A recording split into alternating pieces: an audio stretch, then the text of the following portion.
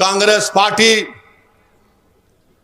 ये कर्नाटक, इनके कितने एमएलए चले गए बीजेपी में? कितने गए? हाँ, कितने गए? जोर से बोलो, डर रहे? जोर से बोलो। मैं गुलाब जामुन खिलाया उनको या तुम खिलाए? क्यों गए? उनको मोदी की चाय पसंद आ गई, उनको मोदी की शक्कर वाली चाय पसंद आ गई, उनको मोदी की मलाईदार चाय पसंद आ गई।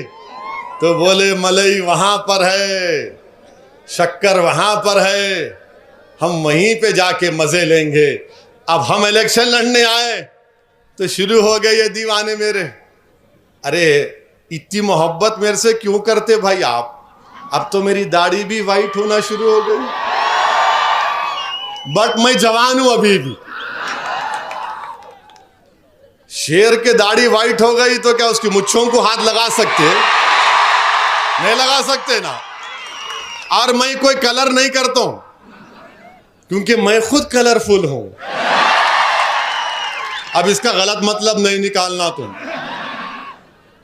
मगर आपसे बताना ये चाह रहा हूं कि कांग्रेस डरा डरा कर वोट हासिल करती, उन्होंने बीजेपी आ जाती वोट दो, मोदी को रोकना है वोट दो, आरएसएस को रोकना है। अच्छा दिए ना, मगर आपके एमएलए क्यों भाग गए?